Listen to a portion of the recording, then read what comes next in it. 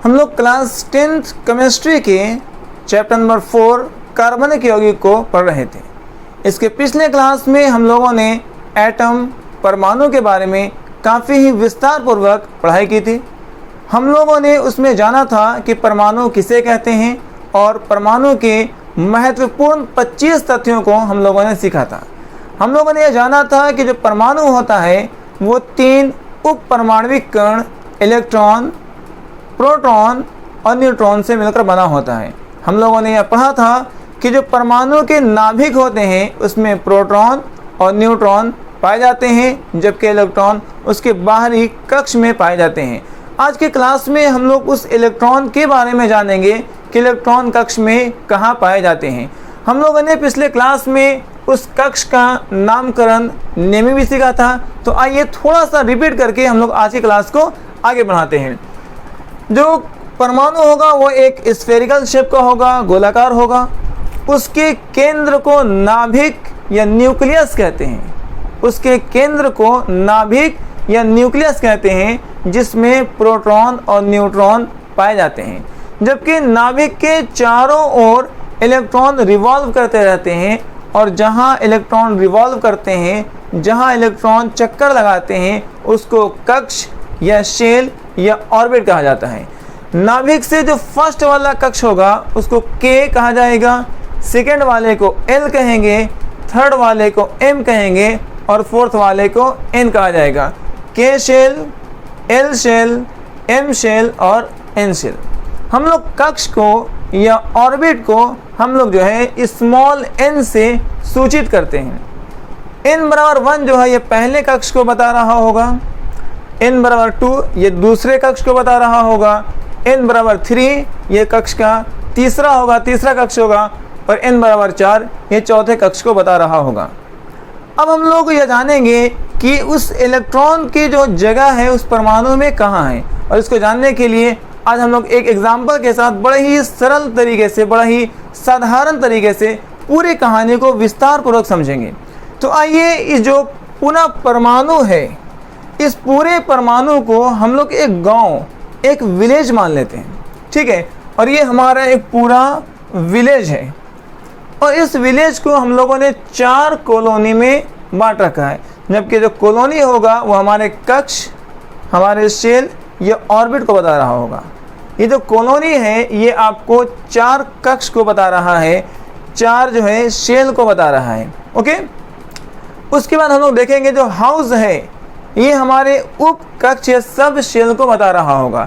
ये हाउस को हम लोगों ने यहाँ पर लिखा है एस, इसमें एस और पी दोनों है, इसमें एस पी डी तीनों है, इसमें एस पी डी और एफ चारों है। हम लोग एक एक करके आराम से पढ़ेंगे। उसके बाद जो उसमें कमरे होंगे वो उसके ऑर्बिटल को बता रहे होंगे, और उसमें जो बेड होगा, उस कमरे में जो बेड लगा होगा वो एक ऑर्बिटल में कितने इलेक्ट्रॉन पाए जाएंगे उसको हम लोग पढ़ेंगे। तो आइए अपने कहानी को शुरू करते हैं और समझते हैं कि इलेक्ट्रॉन अपने कक्ष में कहाँ पाए जाते हैं। तो ये है हमारा एक पूरा सा गाँव, जिसको हम लोगों ने 4 कॉलोनी में डिवाइड कर रखा है। कॉलोनी के है, कॉलोनी एल है, कॉलोनी एम है और कॉलोनी एन है। ये 4 कॉलोनी है, ये 4 कक्ष हैं, ये 4 शेल हैं एक परमाणु के, ठीक है। कॉलोनी में घर भी होगा, तो हम लोग देखते हैं कि कॉलोनी के जो है उसमें केवल एक ही टाइप का घर है, जिसको हम लोग एस वाला घर नाम दिए। इस पूरे कॉलोनी में सिर्फ और सिर्फ एक ही तरह का घर है, और उस घर का नाम क्या है, एस टाइप का घर। जबकि कॉलोनी एल की बात करते हैं तो कॉलोनी एल में 2 तरह के घर पाए जाते हैं। एस और पी 2 तरह के घर वहाँ देखने को मिलते हैं। कॉलोनी एम में हम आते हैं तो कॉलोनी एम में आपको 3 तरह के घर हैं। एस वाला घर भी है, पी वाला घर भी है और डी वाला घर भी है। जबकि कॉलोनी एल जो है चौथा कॉलोनी, इसमें चारों ही तरह के घर हैं। एस वाले घर भी हैं, पी वाले घर भी हैं, डी वाले घर भी हैं और एफ वाले घर भी हैं। ये है कॉलोनी में किस तरह के घर हैं। कॉलोनी के में केवल एस वाले घर हैं, जबकि कॉलोनी एल में एस और पी दोनों हैं।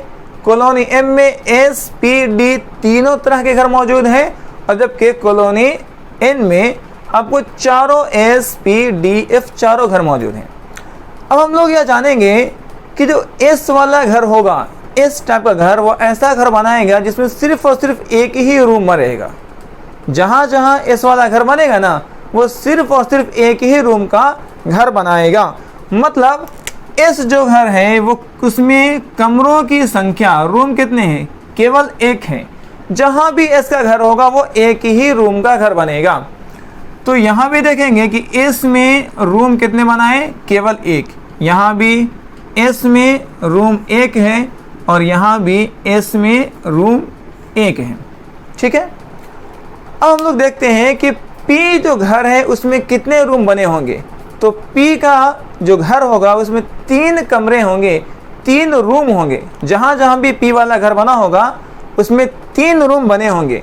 तो आइए हम लोग बनाते हैं, इसमें 3 कमरे 3 रूम बनाएंगे। इसमें हम लोग ये 3 रूम हो गए। जहाँ भी पी टाइप का घर होगा वहाँ पर कमरों की संख्या 3 होगी। जहाँ भी पी वाला घर होगा उसमें कमरों की संख्या 3 होगी, 1 3। अब डी जो है, डी केवल आपको एम और एन दो में ही डी है, डी वाला घर। डी वाले घर में कमरों की संख्या, रूम की जो संख्या है वो 5 होगी। रूम की संख्या क्या होगी, 5 होगी। जहाँ जहाँ डी वाला घर होगा वहाँ वहाँ 5 रूम होंगे। 5 रूम हो गए। तो यहाँ भी डी में आपको 5 रूम बने होंगे।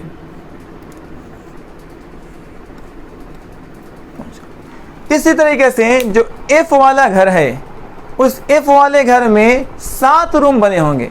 एफ वाले घर में 7 रूम बने होंगे। तो हम लोग यहाँ 7 कमरों का एक घर बनाएंगे एफ वाला।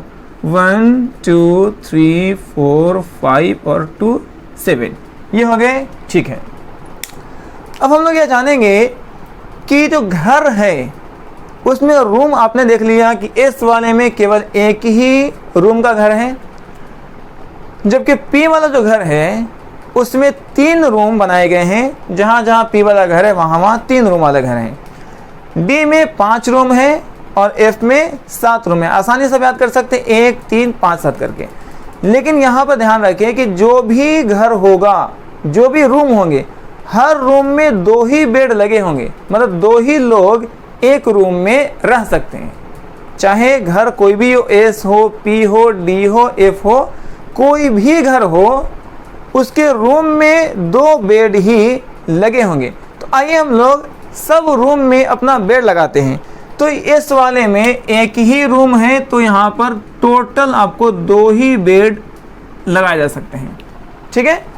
अब यहाँ देखिए जहाँ जहाँ एस है वहाँ वहाँ आप 2 ही बेड लगा सकते हैं, क्योंकि इस वाले घर में केवल और केवल एक ही रूम है और एक रूम में 2 ही बेड लगाने की परमिशन है।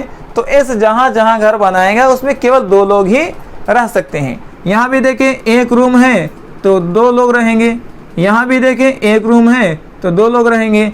मतलब ये हुआ कि इस वाले घर में केवल जो है 2 ही लोग रह सकते हैं, 2 से ज़्यादा लोग रहने की परमिशन नहीं है।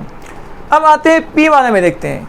पी वाले में कमरों की संख्या 3 है, 3 कमरे बनाए हैं, जबकि एक कमरे में सिर्फ 2 लोग ही रह सकते हैं। तो इस तरीके से हर कमरे में अगर आप 2-2 लोग रखते हैं तो यहाँ देखें 2 लोग यहाँ रहेंगे, 2 लोग यहाँ रहेंगे और 2 लोग यहाँ रहेंगे।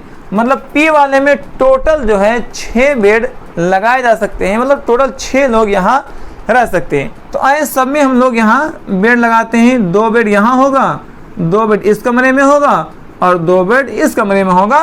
तो टोटल पी वाले घर में 6 बेड लगाए जा सकते हैं। मतलब 6 बेड का ये रूम बनाया गया है। यहाँ भी देखिए 2 यहाँ बनाए जाएंगे, 2 यहाँ बनाए जाएंगे, 2 यहाँ बनाए जाएंगे और 2 तिहाई 6 जो है बेड का ये रूम बना होगा। अब आते हैं डी वाले में।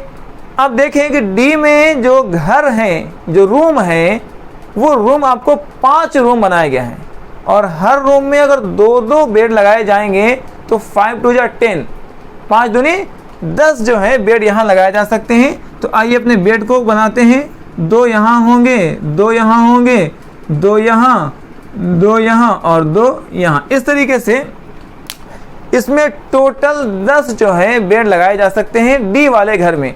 मतलब डी वाले घर में टोटल 10 लोग ही रह सकते हैं मैक्सिमम। इसी तरीके से यहाँ भी देखिए, यहाँ भी आपको केवल 10 ही लोग रह सकते हैं इस पूरे डी वाले घर में, क्योंकि घर टोटल 5 है, रूम टोटल 5 है और 5 रूम में हर रूम में 2-2 लोग रहने की परमिशन है। तो 5 2 या 10 लोग वहाँ पर टोटल रहेंगे। अब एफ वाले की बात करते हैं तो एफ वाला सिर्फ और सिर्फ जो है एन कॉलोनी में है। एफ वाला घर कहाँ है? केवल एन कॉलोनी में है और यहाँ पर 7 कमरों का ये घर है। यहाँ 7 रूम है और हर रूम में 2-2 लोग रहने की परमिशन है। तो टोटल इस तरीके से आपको 14 जो है यहाँ पर बेड लगाए जा सकते हैं, क्योंकि 7 रूम है और हर रूम में आपको 2-2 बेड लगाने हैं। तो 7 2 जा 14 आप यहाँ पर लोग रख सकते हैं। अब इसको देखते हैं, चूँकि ये कॉलोनी के जो है, ये के कॉलोनी पहले वाले कक्ष को रिप्रेजेंट कर रहा है। आप इसको कह सकते हैं कि सर ये जो के कॉलोनी है ये n बराबर 1 है, जो कॉलोनी L है ये n बराबर 2 है, जो कॉलोनी M है वो n बराबर 3 है और कॉलोनी N जो है वो n बराबर 4 है। ओके, आप यहाँ पर समझिए n जो है इसका मान क्या है? 1। तो के कॉलोनी को पहला कक्ष कहा जा रहा है, तो आप इसके पीछे 1 लगा दें, मतलब इसको आप 1s पढ़ेंगे। यहाँ पर देखें कॉलोनी जो है ये L है और ये आपको दूसरा कॉलोनी है, सेकेंड कॉलोनी है, तो इसीलिए आपको यहाँ पर 2 लगाना होगा। तो यहाँ 2 लगा देंगे, यहाँ भी 2 लगा देंगे। इसी तरीके से ये कॉलोनी M जो है वो तीसरा वाला कॉलोनी है, थर्ड कॉलोनी है, तो अब सभी के पीछे क्या लगा देंगे? 3 लगा देंगे, 3s 3p 3d। और ये जो है आपको कॉलोनी L जो है, N जो है वो चौथा कॉलोनी है, फोर्थ कॉलोनी है, तो सभी के पीछे आप क्या लगा देंगे? 4 लगा देंगे। तो आप देख रहे हैं कि 1 में केवल s होता है, p d f नहीं होता। पहले वाले कक्ष में केवल s होता है, p d या f नहीं होता। सेकेंड वाले में केवल 2s और 2p होता है, 2d या 2f नहीं होता। थर्ड वाले में 3s 3p 3d होता है, जबकि 3f नहीं होता। और फोर्थ वाले में 4s भी है, 4p भी है, 4d भी है और 4f भी है। अब थोड़ा और आगे समझते हैं, s में कितने बेड हैं? टोटल 2 बेड हैं, 2 लोग रह सकते हैं। तो जितने लोग रह सकते हैं आप उसको यहाँ लिख दें s के ऊपर, ठीक है। तो यहाँ भी देखें, इसको पढ़ेंगे 1s2, तो यहाँ भी इसको क्या पढ़ा जाएगा? 2s2 पढ़ेंगे, क्योंकि 2 ही लोग रह सकते हैं। s वाले में सिर्फ 2 लोग रह सकते हैं, तो आप s के ऊपर क्या लिख सकते हैं? 2 लिख सकते हैं, ठीक है। तो इसको पढ़ा जाएगा 1s2 2s2 3s2 4s2। उसी तरीके से यहाँ देखिए P में जो है 6 लोग रह सकते हैं टोटल। P में जो P वाला घर है ना, उसमें केवल 6 लोग रह सकते हैं। तो आप P के ऊपर क्या लिख सकते हैं? 6 लिख सकते हैं। तो P जहाँ जहाँ होगा आप P के ऊपर क्या लिखते जाएंगे? P के ऊपर आप 6 लिखते जाएंगे, क्योंकि P में देखिए 3 कमरों का ये घर था और हर कमरे में आपको 2-2 लोग रह रहे थे। तो इस तरीके से 3 दूनी 6 3 2 जा 6 जो है यहाँ पर लोग रहेंगे। उसी तरीके से D की बात करते हैं, तो D में 5 कमरे हैं और हर कमरे में 2-2 लोग रहेंगे। तो 5 दूनी 10 5 2 जा 10, यहाँ 10 लोग रहेंगे। तो आप D के ऊपर क्या लिख देंगे? 10 लिख देंगे। यहाँ भी D के ऊपर क्या लिखा जाएगा? 10 लिखा जाएगा। इसी तरीके से अगर F की बात करते तो F जो है उसमें 7 कमरे हैं और हर कमरे में 2-2 लोग हैं। तो टोटल कितने हो गए? 7 2 जा 14, 14 लोग हो गए। इसलिए F के ऊपर 14 लिखा जाएगा। हम लोग ये जो है आगे के इलेक्ट्रॉनिक विन्यास में पढ़ेंगे, आपको उसमें देखेंगे उसमें 1s2 होता है, उसमें 1p 1d 1f नहीं होता। यहाँ देख रहे हैं 2s 2p होता है, 2d नहीं होता, 2f नहीं होता। 3s 3p 3d होता है, 3f नहीं होता। तो ये आगे आपको जो है वो इलेक्ट्रॉनिक विन्यास में इसको पूरे विस्तार से हम लोग समझेंगे और एक कहानी के जरिए आपको समझाया जा रहा है कि किस तरीके से इसको आसानी से याद कर सकते हैं। देखिए, अगर 1 है तो इसका मुराद ये है, इसका मतलब ये है कि ये आपको पहले कक्ष को रिप्रेजेंट कर रहा है। अगर 1s लिखा है मतलब ये कक्ष नंबर 1 है और ये k को बता रहा है। अगर 2s और 2p है, 2s और 2p है, इसका मतलब ये कक्ष नंबर दूसरा है, ये l कक्ष है, ये l शेल है। उसी तरीके से 3s, 3p, 3d में अगर बात करते हैं तो इसमें जो है कक्ष नंबर ये क्या है, कक्ष नंबर 3 है और ये m वाला कक्ष है। और अगर आप कहीं पर देखते हैं 4s तो आप पहचान जाएंगे कि ये कक्ष नंबर 4 है, मतलब ये n वाले कक्ष की बात हो रही है। अगर आपको कहीं 4p मिले तो 4p से आप समझ जाएंगे कि ये 4 जो है कक्ष नंबर 4 है और ये n वाले कॉलोनी की बात हो रही है। अब थोड़ा और ध्यान से समझते हैं, इस पूरे के कॉलोनी में टोटल कितने लोग पाए जाएंगे? तो सर पूरे के कॉलोनी में टोटल लोगों की संख्या सिर्फ और सिर्फ 2 लोग हैं। मतलब पूरे के वाले कॉलोनी में, के वाले कक्ष में, के वाले ऑर्बिट में केवल 2 ही लोग रहेंगे, क्योंकि वहाँ पर एस वाला ही घर है जिसमें 1 कमरे होते हैं और 1 कमरे में 2 लोग की रहने की परमिशन है और कोई घर है ही नहीं। अगर हम लोग यहाँ पर एल वाले बात करते हैं तो एस में 2 लोग हैं और पी में 6 लोग हैं, कुल मिलाकर के यहाँ पर 8 लोग रहेंगे। ओके, उसी तरीके से एम की बात करते हैं तो 2 यहाँ हो गए, 6 यहाँ हो गए, 8 हो गए और 10 यहाँ हो गए, 18 हो गए। तो इसमें टोटल लोग जो है वो 18 लोग रहेंगे। इसी तरीके से यहाँ देखिए 18 यहाँ हो गए और 14 यहाँ हो गए, 32 हो गए। मतलब यहाँ पर आपको टोटल 32 लोग रहेंगे।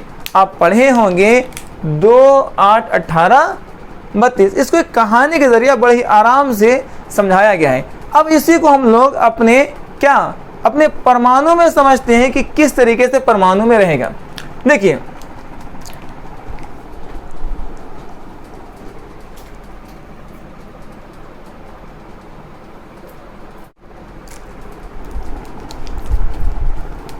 अब हम लोग यहाँ देखते हैं कि जो के कॉलोनी है वो यहाँ पर कहाँ है। सर यहाँ पर के वाला जो कॉलोनी है, के जो कक्ष है वो यहाँ है, नाभिक के जस्ट बगल में। और के वाले कॉलोनी में केवल एस वाला घर है, तो आप कह सकते हैं कि ये कौन सा घर हो गया, ये आपका केवल एस वाला घर है। उसी तरीके से एल दूसरे कक्ष में एस और पी दोनों घर मौजूद हैं, तो ये है आपका एस और ये है आपका पी। ये सेकेंड वाला आपका कक्ष है। तीसरे वाले कक्ष में एम जो है, कक्ष नंबर एम, कक्ष नंबर जो है 3 जो एम कक्ष है उसमें एस, पी और डी तीनों कक्ष मौजूद हैं। तो यहाँ पर लिखेंगे ये हमारा एस वाला, ये पी वाला और ये डी, ये 3 तरह के उपकक्ष मौजूद हैं। और चौथे वाले कक्ष में आएंगे जो एन वाला कक्ष है, उसमें एस, पी, डी, एफ चारों उपकक्ष मौजूद हैं। तो आप यहाँ लिखेंगे एस, पी, डी, एफ। इस तरीके से हम लोग आराम से समझ सक रहे हैं। देखिए, ये पूरा जो है यह आपका एक गांव था जिसके हमने एक परमाणु समझा था, ठीक है। तो ये हमारा एक पूरा परमाणु है। इस पूरे गांव को हम लोग 4 कॉलोनी में डिवाइड कर रहे थे। यहाँ हम लोग उसको 4 कक्ष पढ़ेंगे, K colony, L colony, M colony, N colony, K, L, M, N. Okay, हम लोग कॉलोनी के को N1 कह रहे थे, N2 जो था एल कॉलोनी था, N3 एम कॉलोनी था, N4 एन कॉलोनी है। यहाँ भी देखिए N1 के है, के शेल है, N2 एल शेल है, N3 एम शेल है और N4 ये एन शेल है। ओके, अब हम लोगों ने यहाँ जाना था कि सर यहाँ जो S है, S में केवल एक ही रूम है, केवल एक ही जो है रूम है और एक रूम में केवल 2 ही लोग रह सकते हैं।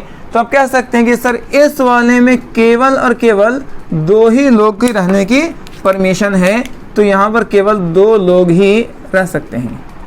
ओके, उसी तरीके से अगर हम लोग सेकेंड वाले की बात करते हैं तो S में 2 और P में जो है 6 लोग रहेंगे। S में यहाँ पर 2 लोग रहेंगे। P में कमरों की संख्या जो है, P में 3 जो है कमरे थे, P में 3 कमरे थे और हर कमरे में 2-2 लोग रह रहे थे, तो इसीलिए P में 6 लोग रहेंगे। 6 लोग मतलब 6 इलेक्ट्रॉन्स पाए जा सकते हैं। यहाँ भी देखिए S में जो है 2 रहेंगे, P में 3 कमरे थे, 3 ऑर्बिटल होंगे और हर में 2-2 इलेक्ट्रॉन पाया जाएगा, तो P में टोटल इलेक्ट्रॉन कितना हो सकता है? 6 हो सकता है। D में कमरों की संख्या 5 थी, 1 2 3 और 2 5, जबकि हर कमरे में, हर ऑर्बिटल में 2 इलेक्ट्रॉन पाए जाएंगे। तो इस तरीके से 1 2 3 4 5 6 7 8 9 10, आपको D में आपको 10 जो है इलेक्ट्रॉन मैक्सिमम, ज़्यादा से ज़्यादा हो सकता है। यहाँ भी देख लीजिए S में 2 होंगे, चूँकि S में एक ही कमरा है, एक ही रूम है और एक रूम में केवल 2 ही लोग रह सकते हैं, मतलब 2 ही इलेक्ट्रॉन रह सकते हैं। S में 2 से ज़्यादा इलेक्ट्रॉन नहीं पाए जाते हैं। P में जो है आपको 3 कमरे थे और हर कमरों में 2-2 इलेक्ट्रॉन को रखने की परमिशन है। इस तरीके से P में टोटल जो है 6 इलेक्ट्रॉन ही रह सकते हैं ज़्यादा से ज़्यादा। D की बात करते हैं तो D में आपको 5 कमरे बनाने हैं, 5 कमरे, और हर कमरे में 2-2 इलेक्ट्रॉन को रखना है। इस तरीके से D में जो है आपको टोटल 10 इलेक्ट्रॉन पाए जाएंगे और F वाले में आपको 7 कमरे बनाने हैं, 1 2 3 4 5 और 2 7, और हर में आपको 2-2 रखना है। इस तरीके से आपको जो है टोटल इसमें 1 2 3 4 5 6 7 8 9 10 11 12 13 14 14 इलेक्ट्रॉन पाए जा सकते हैं। अब यहाँ पर जो है पहला जो आपका कक्ष है उसको यहाँ 1 लिखा जाएगा, इसलिए इसको 1s पढ़ेंगे, और चूँकि 1s में 2 इलेक्ट्रॉन है तो इसको 1s2 पढ़ेंगे।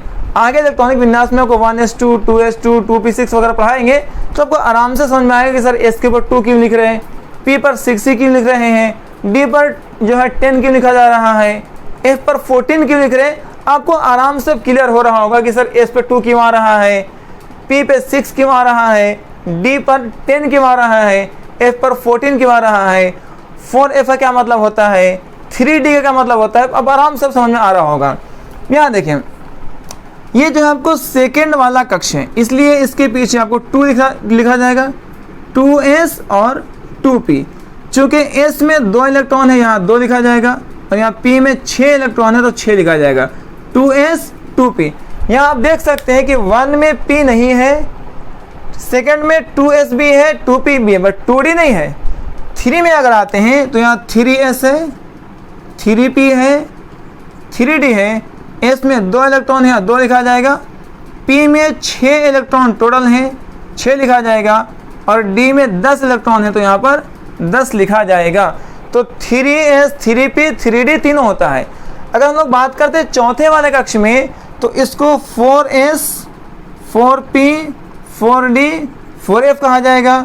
चूँकि S में 2 है तो 2 इलेक्ट्रॉन, P में 6 इलेक्ट्रॉन है तो यहाँ में आपको 6 लिखना होगा, D में 10 इलेक्ट्रॉन है यहाँ 10 लिखना होगा, और F में 14 इलेक्ट्रॉन है तो यहाँ पर 14 लिखना पड़ेगा। तो इस तरीके से अभी हम लोगों ने जाना कि किस तरीके से कक्ष में इलेक्ट्रॉन रह सकते हैं। अब ये तो आपको एक कहानी के थ्रू आसानी से समझाया गया। इसी को निकालने के लिए फॉर्मूले भी है जिसकी मदद से अब ये सारी चीज़ें फाइंड आउट कर सकते हैं। अब सबसे पहले इसको स्क्रीनशॉट कर लीजिए, फिर हम लोग फार्मूले की मदद से कैसे निकालेंगे उसको भी समझें।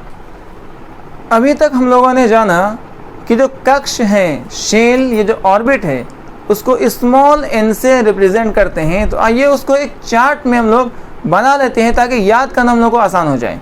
ओके, तो जो कक्ष है उसको स्मॉल n से लिखा जाएगा, स्मॉल n से हम लोग कक्ष को लिखेंगे। ये कक्ष नंबर 1 है, ये कक्ष नंबर 2 3 और 4 है। हम लोगों ने जाना कि जो कक्ष 1 है उसमें कौन सा शेल रहता है, आप यहाँ पे इसको कक्ष या शेल भी कह सकते हैं। ये आपका कक्ष है जिसको हम लोग शेल या ऑर्बिट के नाम से भी जानते हैं।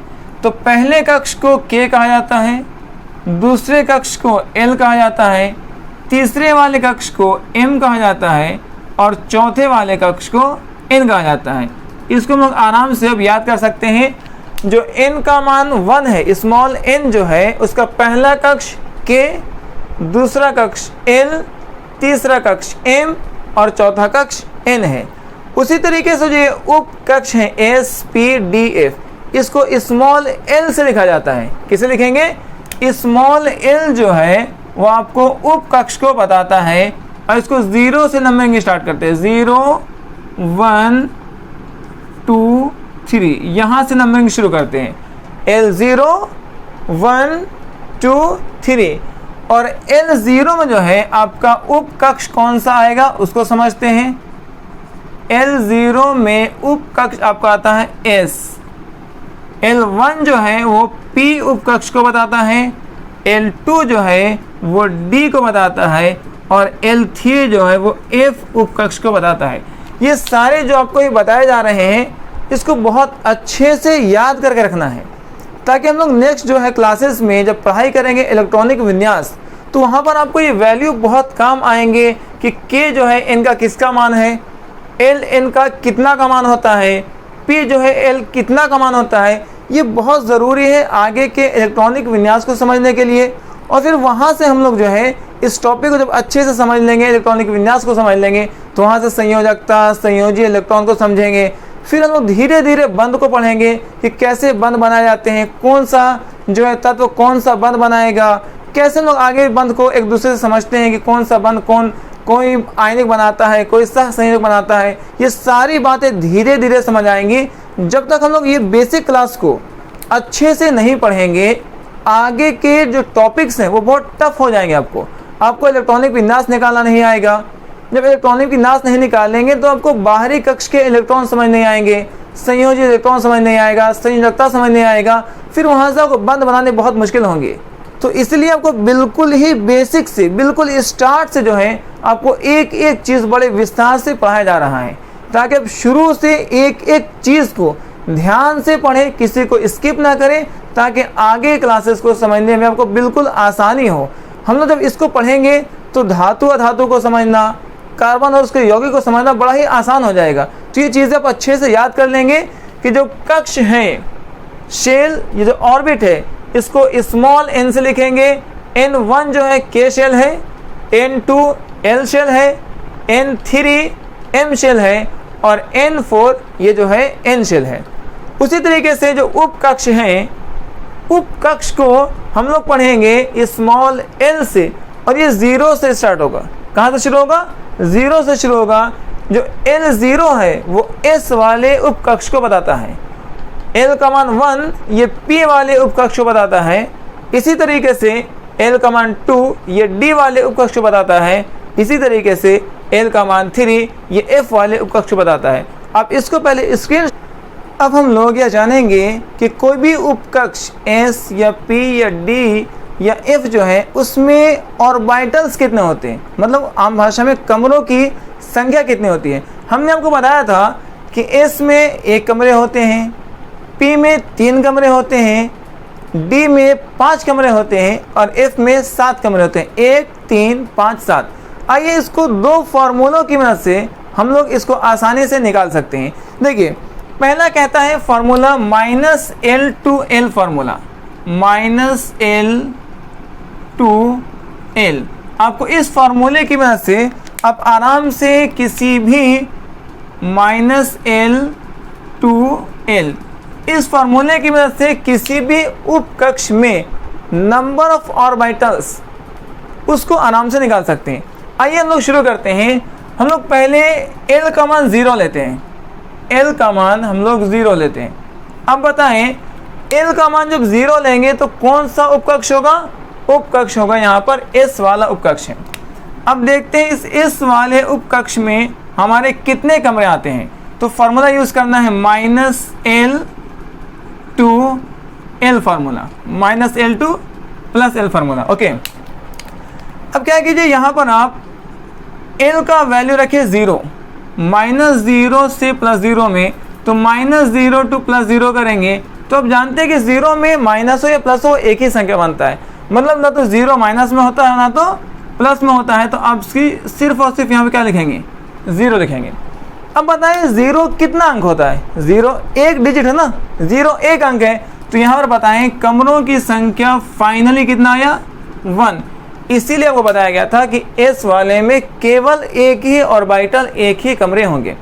अब आते हैं अपने सेकंड वाले पे, एल का वैल्यू 1 लेते हैं। एल जो है 1 लेंगे, एल इज इक्वल टू 1 लेंगे, तो L1 कौन से उपकक्ष को बता रहा है, L जो 1 है वो P वाले उपकक्ष को बता रहा है। तो ये है आपका P उपकक्ष, P उपकक्ष। इसमें निकालते हैं -L2 + L के फॉर्मूले से। आपको L का वैल्यू -1 से +1 तक जाना है। तो देखिए, आप पढ़े होंगे मैथ्स में, -1 के बाद 0 आता है और 0 के बाद +1 आता है। अब इसको टोटल काउंट करें, 1 2 3, इसके टोटल अंक जो बनते हैं वो 3 बनते हैं।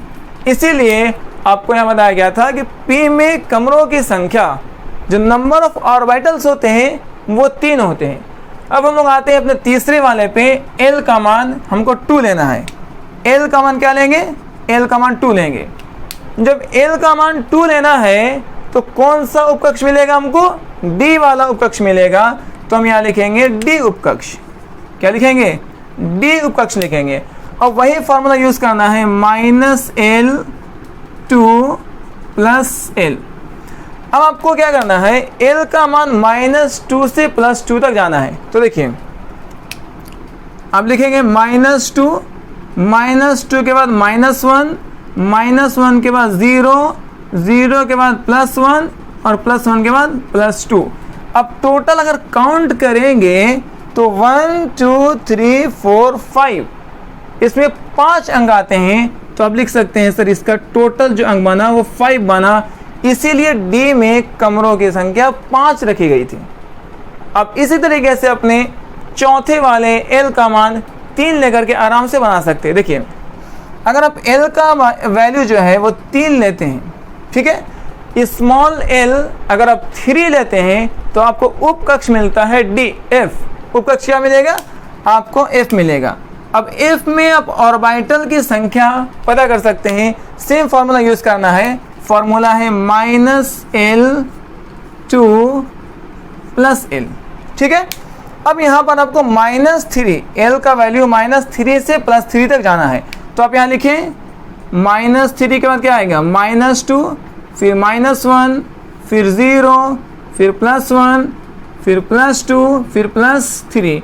अब पूरे का काउंट करना है, 1 2 3 4 5 6 7। तो यहाँ पर टोटल जो है 7 वैल्यू आ रहा है।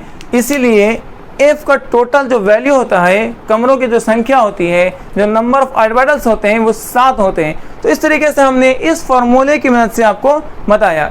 अब हम लोग एक और फार्मूला यूज़ करेंगे और उसमें सेम जो है इसी चीज़ को निकालने की कोशिश करेंगे और आपको समझाएंगे कि किस तरीके से किसी भी उपकक्ष में आप ऑर्बिटल्स की संख्या निकाल सकते हैं। आप इसको स्क्रीनशॉट कर लीजिए। अभी हम लोगों ने किसी उपकक्ष में ऑर्बिटल की संख्या निकालने के लिए एक फार्मूला पढ़ा है और वो फार्मूला था -L2L। उसमें हम लोग -L2 + L के फार्मूले से उपकक्ष में ऑर्बिटल की संख्या निकाल रहे थे। अब हम लोग इसी चीज़ को निकालने का एक सेकेंड फार्मूला यूज़ करेंगे और वो फार्मूला है 2L + 1। और इस फार्मूले की मदद से सेम चीज़ निकालना सीखेंगे कि किसी भी उपकक्ष S, P या D या F में कितने ऑर्बिटल्स होते हैं उसको हम निकालना सीखेंगे। तो हम लोग अपने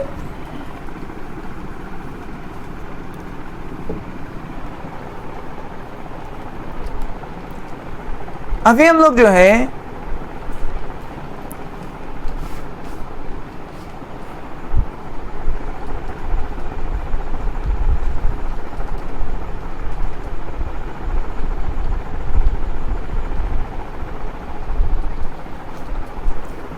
अभी हम लोग जो है किसी उपकक्ष में ऑर्बिटल की संख्या निकाल रहे थे, जिसमें फॉर्मूला यूज़ किया गया था -L2 + L। इस फॉर्मूले की मदद से आपको किसी भी उपकक्ष में कितने ऑर्बिटल्स, कमरों की संख्या निकाल रहे थे, उसको निकालना सीखे थे। अब उसी चीज़ को निकालने का एक और भी फॉर्मूला है, एक और भी तरीका है, और वो फॉर्मूला है 2L + 1। इस फॉर्मूले की मदद से भी आप निकाल सकते हैं कि कोई भी उपकक्ष हो, चाहे S या P या D, उसमें कितने ऑर्बिटल्स पाए जाते हैं, कितने कमरों की संख्या होती है। तो आइए हम लोग एक एक करके निकालते हैं। अगर हम लोग मान लेते हैं कि L का वैल्यू 0 लेते हैं, L का वैल्यू जो है हमारा स्मॉल l जो है, स्मॉल l अगर 0 हो तो हमारा उपकक्ष क्या बनता है, हमारा उपकक्ष आ जाएगा S, उपकक्ष आ जाएगा S। अब इसमें देखते हैं कि हम लोग जो है कमरों की संख्या और ऑर्बिटल की संख्या कैसे निकाला जाएगा। फॉर्मूला है 2L + 1। आप यहाँ पर 2 लिखेंगे, L का वैल्यू 0 पुट करना है और +1। जब 2 को 0 से मल्टीप्लाई करेंगे 0 हो जाएगा, +1, और 0 में 1 ऐड करेंगे तो वैल्यू क्या आ जाएगा, 1। इस तरीके से हम देख रहे हैं कि इस वाले उपकक्ष में ऑर्बिटल्स जो है, कमरों की संख्या वो 1 होती है। उसी तरीके से हम लोग नेक्स्ट बनाएंगे।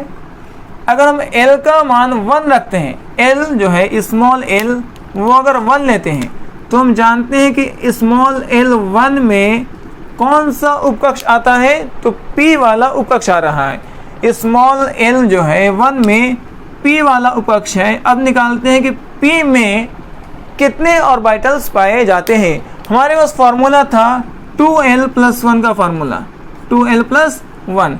जबकि हम जानते हैं इस फॉर्मूले में यहाँ पर L का जो वैल्यू लेना है 1 लेना है, तो लिखेंगे 2 × 1 + 1। जब 2 को 1 से मल्टीप्लाई करेंगे 2 आएगा, +1, और ये ऐड करेंगे तो 3 आ जाएगा। इस तरीके से P वाले उपकक्ष में जो ऑर्बिटल्स होते हैं वो 3 होते हैं। देखिए 1 2 3, 3 है, कहीं भी हम बना रहे थे 1 2 3। इसी तरीके से हम लोग जो है 2 और निकाल सकते हैं और इसी फॉर्मूले को इस्तेमाल कर रहे हैं। अब हम लोग D और F को निकाल रहे हैं। अगर आप जो है L का वैल्यू 2 लेते, स्मॉल l जो है अगर आप 2 लेते हैं, तो हम बताए थे कि L2 D वाले उपकक्ष को बताएगा। तो ये उपकक्ष कौन सा आ जाएगा, D आएगा। फॉर्मूला क्या है, फॉर्मूला आपके पास है 2L + 1, स्मॉल l + 1। इसमें करना क्या है, जो L का वैल्यू है वो 2 रखा जाएगा, 2 मल्टीप्लाई L का वैल्यू 2 + 1, 2 को 2 से मल्टीप्लाई करेंगे 4 + 1, और दोनों को ऐड करेंगे तो क्या आ जाएगा, 5। तो हम क्या देख रहे हैं कि हमारा जो वैल्यू है D का 5 आ रहा है। इसीलिए आपको बताया गया था कि D में जो कमरों की संख्या है, जो नंबर ऑफ ऑर्बिटल्स जो है वो 5 होते हैं। अब सेम हम लोग इसी फॉर्मूले को इस्तेमाल करके F का जो है भी निकाल लेंगे। F में जानते हैं कि स्मॉल l जो है 3 होता है, स्मॉल l जो है वो 3 होता है। L3 में कौन सा उपकक्ष आएगा, तो F वाला उपकक्ष आएगा, हमारा F उपकक्ष आएगा। फॉर्मूला आपके पास है 2L + 1 का। इसमें L का वैल्यू जो है आप क्या यूज़ करेंगे, इसमें L का वैल्यू आपको 3 यूज़ करना है। 2 × 3 + 1, 2 3 = 6 + 1, तो ये कितना हो जाएगा, 7 हो जाएगा। इस तरीके से आप देख रहे हैं कि F वाले में 7 कमरे हैं। आप आराम से मिला सकते हैं। देखिए L में कमरों की संख्या जो है L0 रखेंगे, S उपकक्ष, L0 में S उपकक्ष आ रहा है, L1 में P उपकक्ष आ रहा है, L2 में D उपकक्ष आ रहा है, और L3 में F उपकक्ष आ रहा है। ओके, S में कमरों की संख्या 1 है, S में कमरों की संख्या देखिए यहाँ पर 1 है। P में कमरों की संख्या 3 है, 1 2 3। D में कमरों की संख्या 5 है, D जो है 1 2 3 4 5, और F में कमरों की संख्या 7 है, 1 2 3 4 5 6 7। तो इस तरीके से 2 फॉर्मूले हैं जिनकी मदद से आसानी से जो है किसी भी उपकक्ष में, सब शेल में ऑर्बिटल की संख्या आराम से निकाल सकते हैं।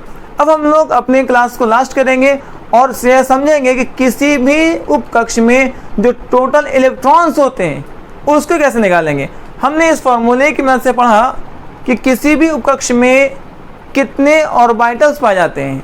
अब हम लोग लास्ट पढ़ेंगे किसी उपकक्ष में कितने इलेक्ट्रॉन पाए जाते हैं, उसके लिए कोई फार्मूला बताएं।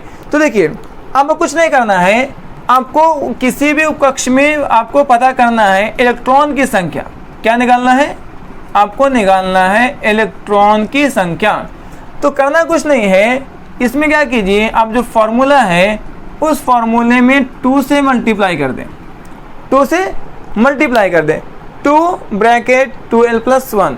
तो जहाँ जहाँ आपको वैल्यू आ रहा था वो टोटल क्या हो जाएगा? डबल हो जाएगा। देखिए क्या करेंगे, ये आपका फॉर्मूला था, ये फॉर्मूला से निकाल रहे थे हम लोग किसी भी उपकक्ष में ऑर्बिटल की संख्या। उससे पहले क्या करना है? 2 से मल्टीप्लाई कर देना है।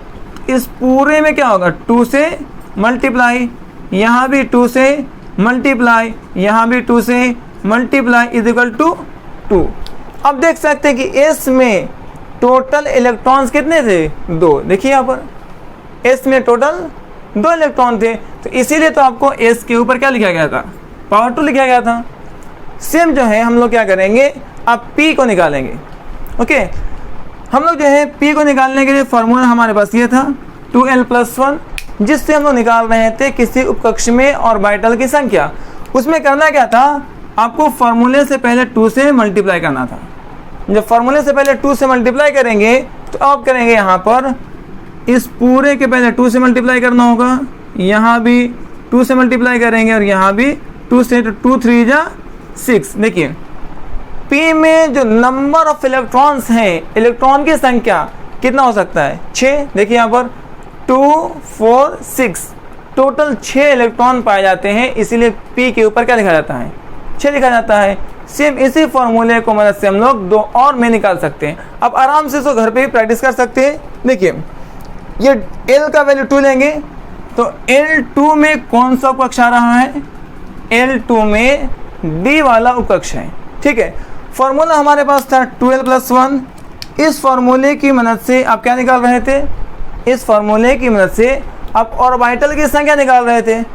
करना क्या था, इस ऑर्बिटल के फॉर्मूले में पहले 2 से मल्टीप्लाई कर देना है। तो जहाँ जहाँ जो आप वैल्यू बैठा रहे थे उस पूरे के पहले 2 से मल्टीप्लाई कर दें, यहाँ भी 2 से मल्टीप्लाई कर दें, यहाँ भी 2 से मल्टीप्लाई कर दें, तो 2 5 जा 10। इस तरीके से डी में क्या आ जाएगा? 10 आ जाएगा। देखिए 6 है पी के ऊपर, एस के ऊपर क्या है? 2 है। और इसी तरीके से लास्ट हम लोग एफ का भी निकाल सकते हैं। ये जो है 2l+1 इस फॉर्मूले से निकाल रहे थे ऑर्बिटल की संख्या। उस फॉर्मूले के पहले 2 से मल्टीप्लाई कर दें। इस फॉर्मूले के पहले क्या करना है? ब्रैकेट लगाना है और 2 से मल्टीप्लाई कर देना है। ठीक है, जब 2 से मल्टीप्लाई करेंगे तो पूरे वैल्यू में आपको क्या करना होगा? पूरे वैल्यू में 2 से मल्टीप्लाई करना होगा। तो आप क्या करें, इसको ब्रैकेट लगाएं, 2 कर दें, ब्रैकेट लगाएं, 2 कर दें। ठीक है, और यहाँ 2 से मल्टीप्लाई हो जाएगा, 7 2 जा 14। तो यहाँ देखिए F पर कितने इलेक्ट्रॉन थे? 14 थे। इसी तरीके से यहाँ भी F पर कितने इलेक्ट्रॉन आ रहे हैं? 14 आ रहे हैं। तो हम लोग क्या है कि 2 × 2l+1 के फॉर्मूले से क्या निकाल रहे थे? किसी भी उपकक्ष में इलेक्ट्रॉन की संख्या। तो आज के क्लास में हम लोगों ने बहुत कुछ सीखा। उम्मीद करते हैं कि आपको आज का क्लास जो है बहुत अच्छे से समझ आ रहा होगा। फिर हम लोग अगले क्लास में और आगे पढ़ाई करके धीरे धीरे हम लोग इलेक्ट्रॉनिक विन्यास की तरफ आ रहे हैं। जब इलेक्ट्रॉनिक विन्यास को कंप्लीट कर लेंगे तब हम लोग आराम से जो है अपने जो बंधन है, एकल बंधन, द्वितीय बंधन, तृतीय बंधन, आयनिक बंधन, सहसंयोजक बंधन, उसको आराम से समझेंगे। उसको समझने के लिए सारी बातें बहुत विस्तार से जानना ज़रूरी है। किसी किसी स्टूडेंट को लग रहा होगा कि सर ये सब क्या पढ़ा रहे हैं, 10th में तो इतना विस्तार से नहीं पढ़ना है। नहीं, अगर आप किसी भी चीज़ को कॉन्सेप्ट वाइज समझते, 2 क्लास एक्स्ट्रा लगे कोई मुश्किल नहीं है। लेकिन अगर आपके पास कॉन्सेप्ट है ना, तो आप आराम से चीज़ें समझ सकते और आपको चीज़ें याद नहीं करनी पड़ती है, आपको आराम से समझ आता है। आप इसलिए इलेक्ट्रॉनिक विन्यास निकाल लेंगे। आप जो है आराम से सहसंयोजक इलेक्ट्रॉन को निकाल लेंगे। संयोजी इलेक्ट्रॉन कितना होगा? जब संयोजी इलेक्ट्रॉन निकाल लेंगे तो आपको बंधन बनाने में आसानी होगा कि सर ये वाला आयनिक बंधन बनाएगा, ये वाला सहसंयोजक बंधन बनाएगा, या एकल बंधन बनाएगा, या द्वितीय बनाएगा, या तृतीय बनाएगा, कैसे बनाएगा आप आसानी से समझ सकते हैं। इसी को हम लोग समझने के लिए इतना विस्तार से अपने क्लास को पढ़ रहे हैं, तो थोड़ा सा पेशेंस रखें, सब्र के साथ क्लास करें, स्किप ना करें। अगर आप स्किप करते हैं तो आपको सारा टॉपिक खराब हो जाएगा और हमारी सारी मेहनत बर्बाद हो जाएगी। तो आप पूरे क्लास को विस्तार से समझें, एक एक चीज़ को आराम से समझें, स्क्रीनशॉट करके नोट्स बनाएं, बार बार रिपीट करें और तब जाकर के आपको जो है सारी चीज़ें समझ में आएंगी। आज को उम्मीद करते हैं कि आपको आज का क्लास जो है समझ में आ रहा होगा। सबसे पहले स्क्रीनशॉट कर लीजिएगा, उसके बाद हम फिर नेक्स्ट क्लास में मिलते हैं अपने नेक्स्ट टॉपिक के साथ। आज के